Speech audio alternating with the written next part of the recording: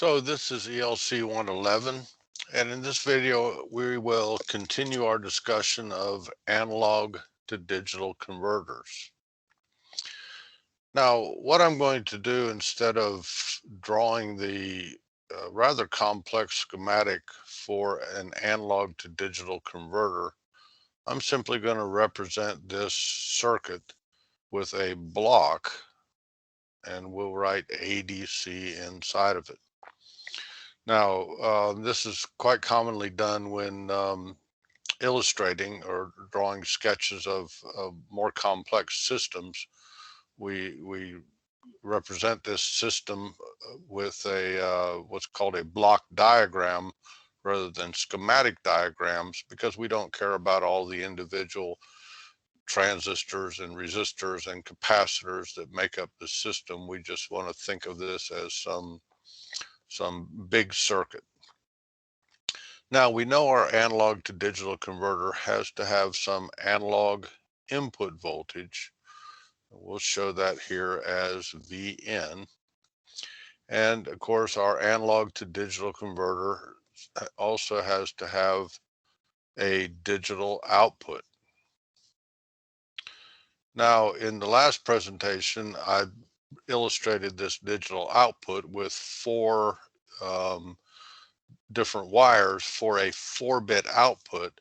But for this example, I'm simply going to represent the digital output by drawing what is called a bus. And a bus is not the big yellow thing that carries children to school. A bus is simply a group of wires that are connected in parallel. Now, this digital output could be, as we saw with our previous example, a 4-bit digital output. And the output wires for a 4-bit system would be labeled D3 to D0, D3 being the most significant bit, D0 the least significant bit.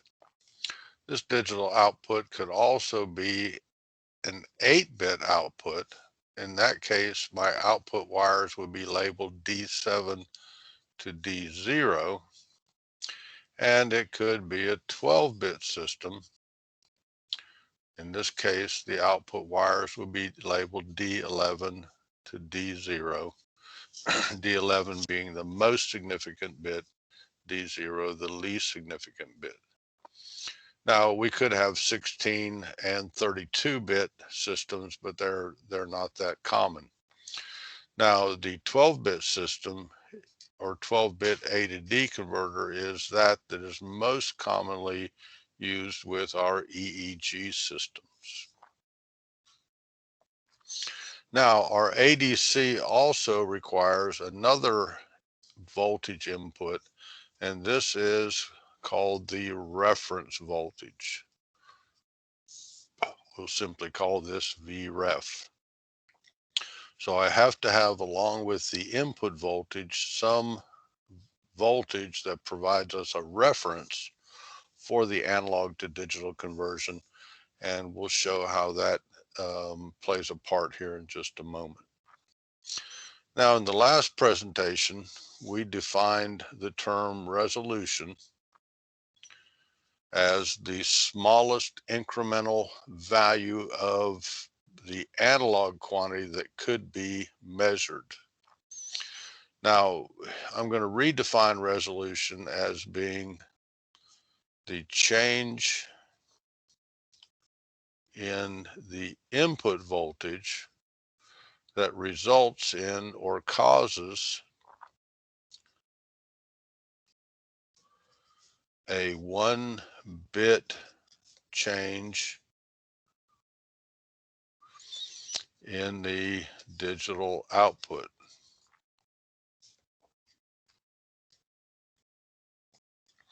So again, resolution is still the smallest incremental change in the analog quantity that we can measure, because the measurement, the output, of course, is the digital output. Now, mathematically, resolution equals the reference voltage divided by 2 to the n power, where n is simply the number of bits that we have in the digital output.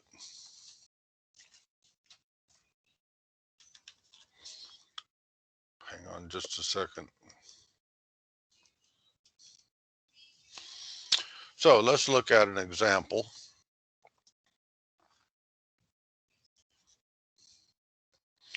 where we have a reference voltage of 5 volts and we have a 4-bit digital output. So the resolution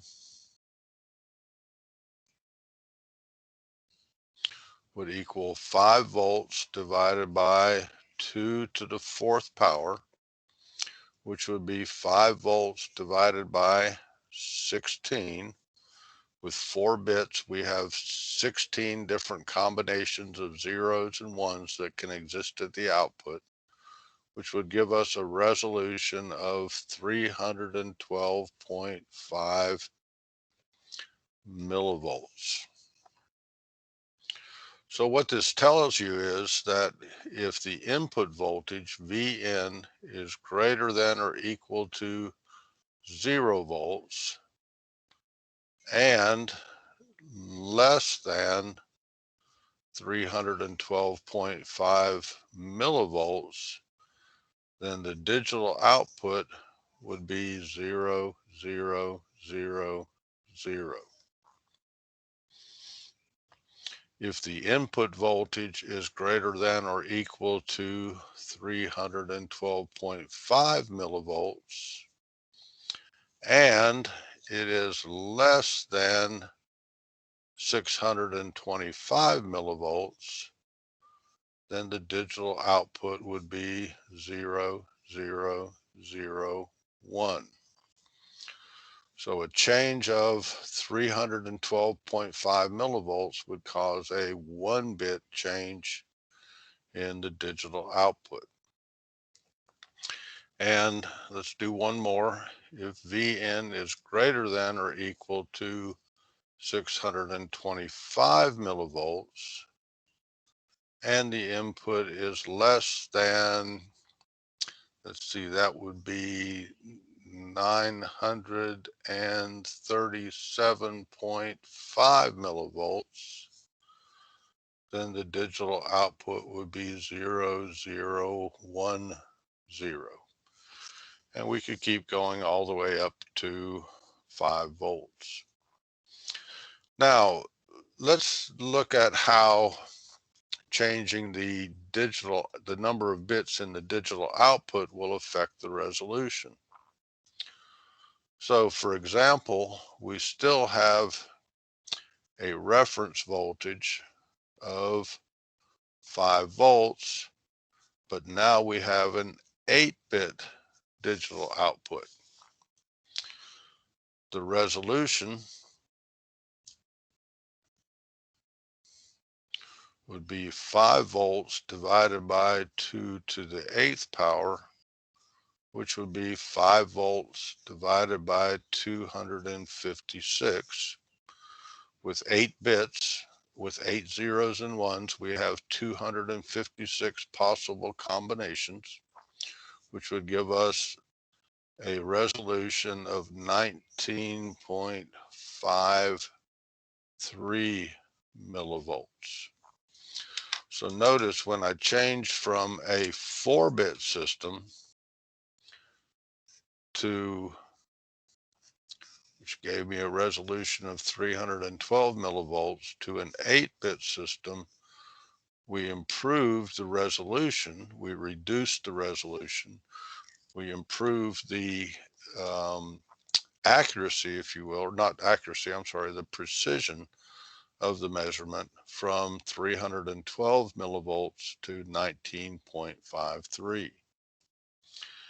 And of course, if we look at changing to a 12-bit digital output, still have a reference voltage of 5 volts, and now have a 12-bit system. The resolution would equal 5 volts divided by 2 to the 12th power, which would be 5 volts divided by 4096. With 12 bits, we have 4096 different combinations of zeros and ones that can exist at the output. We would now have a resolution of 1.221 millivolts. So changing from an 8-bit system to a 12-bit system, notice that I have improved the resolution from 19.53 millivolts to 1.221 millivolts. And again, the resolution is simply the smallest incremental change in the analog quantity that I can detect. And the resolution is perhaps the most important quantity related to an analog to digital converter. Now, the second most important quantity regarding analog to digital conversions, or an analog to digital converter, is what's called the conversion speed. And the conversion speed is simply a time measurement that tells us how long it takes to convert an input voltage to a digital output. Now, the conversion speed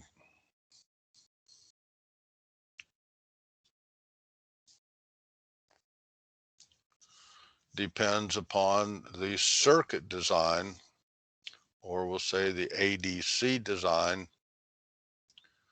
and we use a really important sounding word here to define the ADC design, and that is called the topography.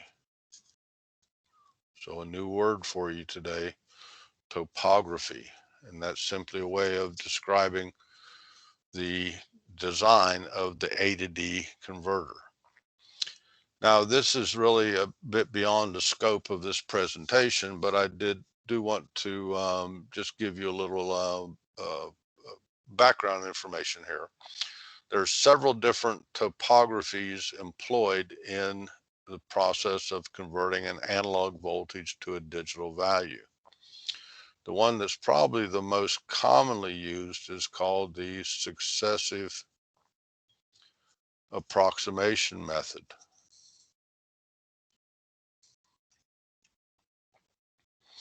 And again, this is the one that's most common in the field of electronics. Another one that's quite commonly used is called a flash A to D converter. And the flash is not as commonly used, mainly because the circuitry is much more complex. But the flash is, as the name implies, is the fastest method of converting an analog voltage to a digital quantity. Flash, like Flash Gordon from the comic books. So the flash is the fastest. However, it is the circuitry is much more complex.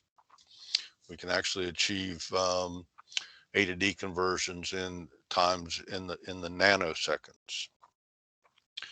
And one that's also employed is called a dual slope method. And the dual slope method is the slowest. However, it does have the best noise rejection capabilities. That's REJ, rejection capabilities. So if our goal is to have an A to D converter that's excellent at noise rejection, and the conversion time is not a factor, then we would select the dual slope method.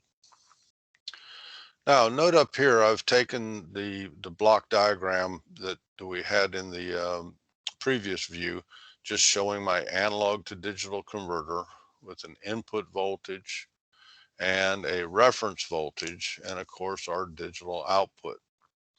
And I've added over here another block that says computer or microprocessor. And of course, hopefully you know a microprocessor is just the brains inside the computer.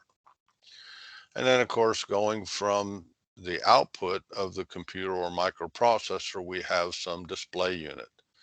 And this display unit could be an LCD display. It could be a strip chart recorder. It actually could be a transmission method to another point. Back in the old days, this would be a cathode ray tube. But we've got to have something, or we always have to have an output to send our digital information so that we can visually interpret it. And of course, also with this display, we could also have another block over here for memory where we could store all this information. But the microprocessor or the computer must send, and I'll just say the computer has to send a start conversion signal. So this is just a signal that the computer sends to the ADC. It's usually in the form of a high logic level. So this would be a pulse that we send from the computer to the ADC to tell the analog to digital converter to start a conversion. Now, the ADC sends back the end of conversion signal. And this is just our way of telling the computer that, hey, the conversion is complete. You're able to take the information off of the bus and store it in memory or send it to the display or whatever you want. And again, this end of conversion signal can be another pulse. So the computer recognizes going from a low logic level to a high logic level to know that the conversion is complete. So if we look at these signals as a function of time, excuse me, and this is voltage here. So we're going to send a signal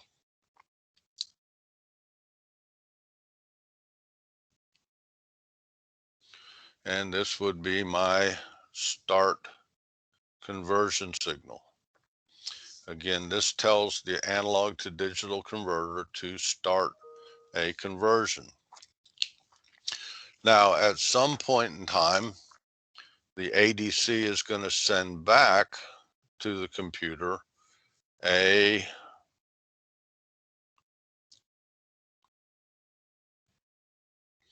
end of conversion signal. And again, this simply tells the computer that the conversion is complete. And at this point in time, right here is where the computer inputs